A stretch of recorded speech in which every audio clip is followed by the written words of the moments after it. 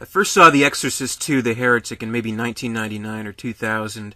I rented it from the video store, knowing full well of its reputation. Like, it isn't a new thing that people say, the worst sequel of all time, one of the worst movies, period, of all time. No, I mean, it's been a reputation that has stayed with the movie, like, since the very beginning. Like, of course, you'll hear stories about people throwing stuff at the screen at the premiere and laughing hysterically because it's so bad, and at least according to William Friedkin, an angry crowd chasing Warner Brothers executives through the streets. So it's well documented how poorly the movie was received. But I really like the first movie. Still to this day, The Exorcist, Friedkin's film, one of my favorite movies of all time. So I guess curiosity got the best of me, so I decided to check the movie out. And putting in the tape, watching it, slowly realizing what it was. I mean, I had the reaction that most people would have, getting pretty bored with it. I don't think I fast-forwarded through a movie more in my life besides that movie. I mean, it was just really patience-trying and really silly to me, and I didn't quite like it that much. But, like, more than 10 years would pass, and for my YouTube channel, I wanted to do reviews of all the Exorcist movies, so I did actually pick up the DVD of The Exorcist 2, and I thought, well, you know, it's been some time. I was much younger and more impatient then, and I know it still has that reputation, but let's give it a shot. Let's give it the old college try.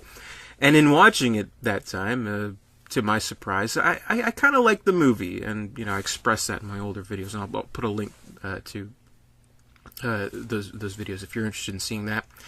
And that was about 5 years ago, and I've recently re-edited those reviews, and in re-editing them, I kind of thought, well, now it's been about 5 years, so I'm kind of curious. I want to revisit The Exorcist 2. I want to see if, you know, maybe it's probable, however not certain, that one-time viewing was a fluke, and maybe watch it, and again I'll realize that this movie's a piece of shit, and things like that. So I don't know. I wanted to give it a yet another shot all these years later.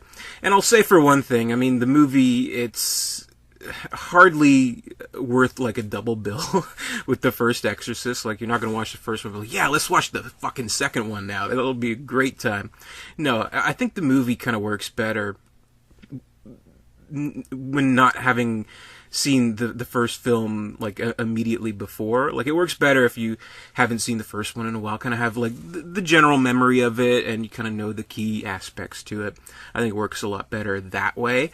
So this movie, of course, it's a very, very different experience than the original Exorcist. So what this movie does, it shows Regan, Linda Blair, back in her role a few years later. She's a teenager now. What does she remember?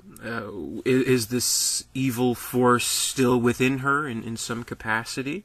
And what it really explores is why? Why her? Why Regan? It's actually a repeated line throughout the movie. Why me? So it explores that in a sense that, you know, with the first film, it doesn't really matter. That's not really the point, and it's much scarier in that respect. Like, the point of the first film, it could be anybody, and they have that great scene with Father Merrin and Father Karras at the stairs, at least in the director's cut. You know, they're like, "Why this girl?" It's like, just, you know, gives a very simple reason, just to see ourselves as ugly, to, you know, make us completely disbelieve the possibility that God could love us, and things like that. So, I mean, that was a good enough explanation. Here it goes kind of a little wild. So the explanation here, and why Regan was possessed in the first place, is that within the world, there are these healers, and Regan would happen to be one of them. So in a world where evil is a very real thing, this is a film that believes that evil and good are in constant conflict.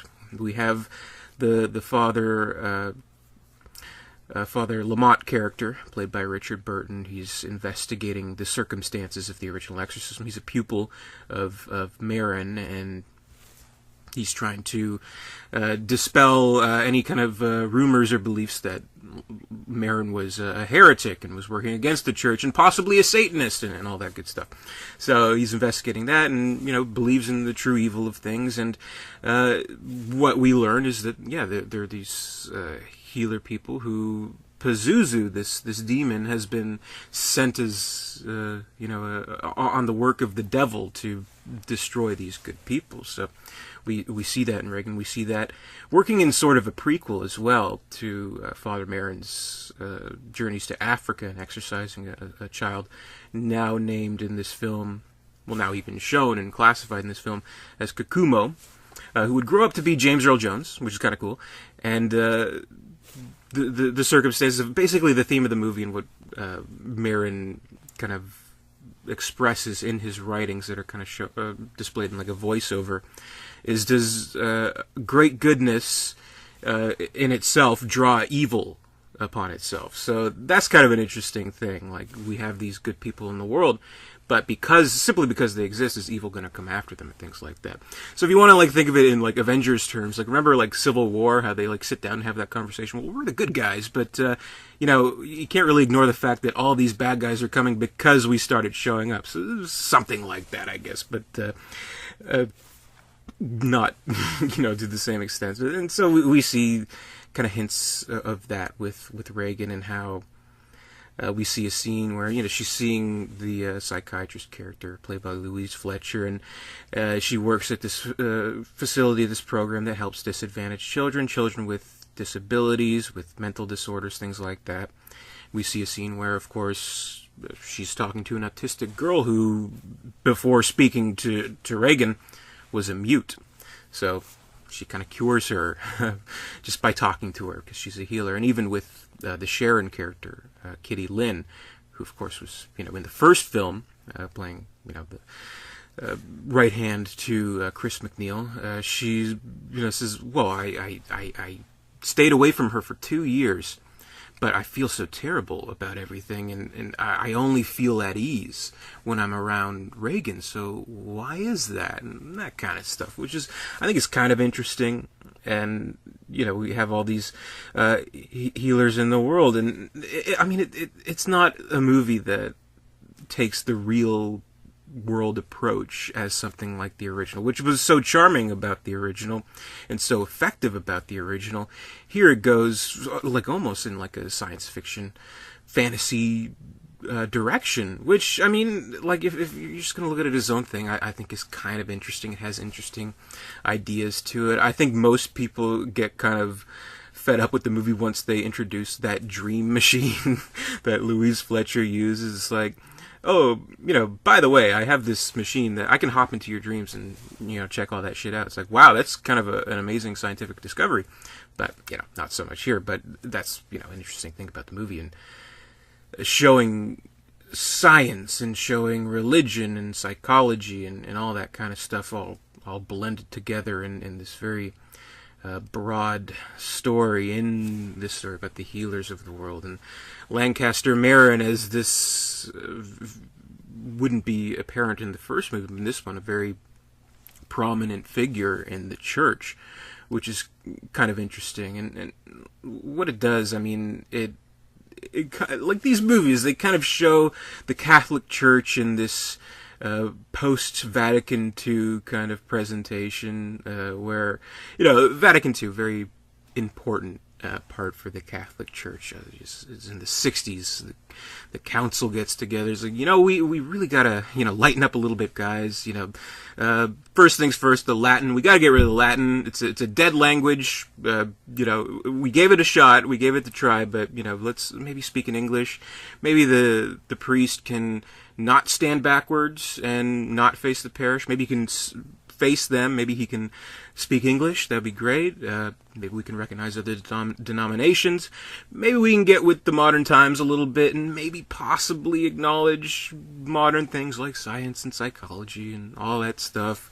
And that we see in the first movie. Like, we see a priest who is a psychiatrist, and the Damien Karras character that Jason Miller portrayed. So, that's something that's very different. So here we have the same kind of thing where a priest is like, wow, we have this great piece of technology. We can use it to fight evil in and all that stuff. So, I mean, that's really what the movie's about. It's about marriage between science and religion and psychology and all that stuff, which, I don't know, I think it's kind of interesting. Like, you see these locusts, this swarm of locusts, it's in the Bible, I guess, so, I mean, let's use locusts to represent evil, where the idea to it is that, well, these locusts, they have a shared mind, so they all kind of work together. This is the personification of evil, at least within, this movie, and a simple brush of the evil, a brush of the locust wing will spread the evil, and it will infect and all that stuff. And there is a science to kind of combat that. And what this movie also kind of considers is kind of the philosophies or studies or whatever of a real-life French priest, Pierre Teilhard, who I suppose was an inspiration to the first film and the book, of course, for Father Marin, where he's an archaeologist and kind of a progressive kind of priest, where there is this idea that the world is reaching this quote-unquote omega point where there's going to be this shared mind. There's going to be this mental telepathy that kind of brings the world together, which is kind of interesting.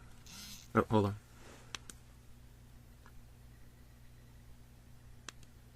Oh, wow, okay. Anyway, mental telepathy that brings the whole world together. But if it happens too soon, the world may not be ready for it. It may kind of be pointing towards evil, which is what is so important about these new men to rise, or new men and women to rise within the world that will combat evil, which would happen to be these healers. So there's an interesting scene where with James Earl Jones, like Father Lamont, he's searching for this Kakumo who was exorcised by Father Marin. And he finds him, but one thing you'll notice, and like one thing that everybody goofs on about this movie, you see that he's dressed as a fucking locust, sitting on his locust throne and all that stuff, and we see he's kind of like the shaman character, where finally upon meeting him, Lamont is like, you gotta help me, and things like that, but he's like, oh, no, you were brushed by Pazuzu's wings, you cannot be trusted, you must take this step of faith over these fucking spikes, you gotta walk over them. And he's like, well, I can do it, and then he walks over, then boom, he wakes up, sort of, I don't know, maybe a dream or not, but this shaman, this real fucking old school OG kind of religious figure, suddenly he's a scientist. So we see him in, I suppose, Kakumo's true form as a scientist working with these locusts. So I don't know, it's kind of like this leap of faith thing. It's kind of like this Yoda thing where like once it appears as one thing and then it turns into another when you're finally ready to learn it, things like that. So, he talks about how, yes, science can combat this evil. We are using science to engineer certain locusts to move against the brushes of evil and not succumb to it. We call these the good locusts and things like that. So that, all comes together with the Linda Blair healer kind of thing, which I don't know. I kind of like that. I thought it was okay. I thought it has, it has interesting ideas to it, and it's not something that works completely coherently. Like even people who really like the movie will admit that it doesn't execute its ideas perfectly. Like I agree with that. Like I appreciate the ideas, but the execution, man, there's some real unconvincing kind of stuff to it. Like even in going back to like sort of the flashbacks of Regan in her possessed, we see her in her dreams, and the makeup is not nearly as convincing. Looks like cheap haunted house shit, and the voice a far step back from Mercedes McCambridge, who was very frightening. It was a deep voice, very androgynous and whatever, but here it's like, I am Pazuzu, and it's so lame and things like that. And to quote Friedkin again, it's like, you see someone riding on a fucking bumblebee or whatever. So I don't know, it's kind of silly, but I do appreciate the ideas, and I don't think it's a movie that's completely without its worth. Like, I mean, while it was pretty fucking panned, I mean, there were people who appreciated the movie. Pauline Kael, one of the most revered film critics of all time, liked the movie. Martin Scorsese, poster boy for Catholic guilt, he liked the movie too. He said it surpassed the original. Jeffrey Dahmer liked the movie. Well, I mean, they all can't be winners, but I don't know. I think the movie has its merits, and I think there are good things about it. And watching it again, I did. I honestly, I enjoyed it, and even, you know, some of the cheesier stuff of the production, there are some impressive things. You know, we see very impressive shots visually in the movie, you know, scanning through the deserts and canyons of Ethiopia, and we see the wonderful shots of, you know, Regan on the rooftop that are very dreamlike and very impressive, I think. And of course, I mean, Ennio Morricone's amazing musical score for the movie, which, you know, I think complements it greatly. These great tribal sounds and this very dreamlike kind of music to it, which I like. It's an abstract movie. It's a movie with some interesting ideas that doesn't quite execute them properly. Like, you kind of wonder, like, what could they take away from this movie that might possibly make it a little bit better? Like, maybe if they got rid of the dream machine, maybe if, you know, Father Lamont was just having, say, visions and things like that without having to hop into the dream, maybe people would like it a little bit more. I think the biggest problem with the movie is simply it isn't scary. I think that's its downfall. Like, you watch The Exorcist, it scares the shit out of you. You go to see the sequel, it's like, this isn't scaring me. This is kind of silly, and am I sitting through philosophy class here? What's going on? I don't know, but I think it does get an unfair rap, and I think, you know, most people going in to see it, they know the reputation. They're willing to already go into it not liking it, and having more than enough things in the movie to support that dislike. But I think, I mean, like, if you could just kind of step back a little bit, listen to what it has to say, I don't think it's that bad. I really don't. Like, I think currently it has like a 20% on Rotten Tomatoes, 3.7 on IMDb, if that stuff even matters. But I think it's a decent movie. Is it a masterpiece? Absolutely fucking not. Is it anywhere near as close to the greatness, the legendary status of the original Exorcist? Absolutely fucking not. Do I accept Exorcist 3, which I feel comfortable in calling Legion now? Is that the true sequel? Yeah, it is. I mean, this is just kind of, I mean, it's like a half prequel, half sequel kind of thing, which it has merits to it. I'll say that. So, I don't know. If you haven't seen it, try checking it out. If you've seen it before, try checking it out again. Just kind of have an open mind about it. I thought, you know, in the very, you know, minimal sense of things, you know, it has a decent production value. Apparently, it was the most expensive Warner Brothers production at the time. We got Linda Blair back. She's really good. I mean, not to knock her. I mean, like, the material itself isn't exactly welcoming to Oscar-worthy performances or anything like that, but she does a good job. It's nice to see her back and things like that. Louise Fletcher, great. Even Richard Burton, who, I mean, you know, there were accounts of him, like, showing up drunk every day to the set. He's not bad. I thought he was fine. I like, you know, the aspects of the character where, yeah, he is kind of this true believer of evil in the world, and this friend of Marin who very much wants to clear his friend's name, feeling he's unworthy to do so at the same time. So I like the aspects to the character. And I think it is just generally a fascinating movie. And I really would like to see, you know, more of an account of the making of the movie. Like, you kind of hear things here and there, but think about other troubled productions like, you know, Alien 3 or something like that, which was also a panned sequel, hated by a lot of people, also has its defenders and things like that, and you can, you know, pull up the DVD or Blu-ray, and you can watch the whole account of the whole disastrous production, which is fascinating. So I would be very, very interested in seeing something like that for The Exorcist 2. I mean, you gotta think, just recently they released The Exorcist 3, Shout Factory, Scream Factory. These releases are incredible.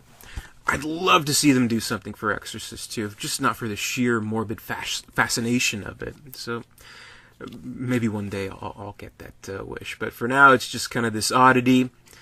A movie that's hated by most, but I appreciate it. I like it. I mean, again, hardly a masterpiece, but I don't know. I like its ideas. I like its kind of different and weird and science fiction fantasy kind of elements to it. So, whatever. So that's my review of The Exorcist 2, a fruitless defense, if there ever was one.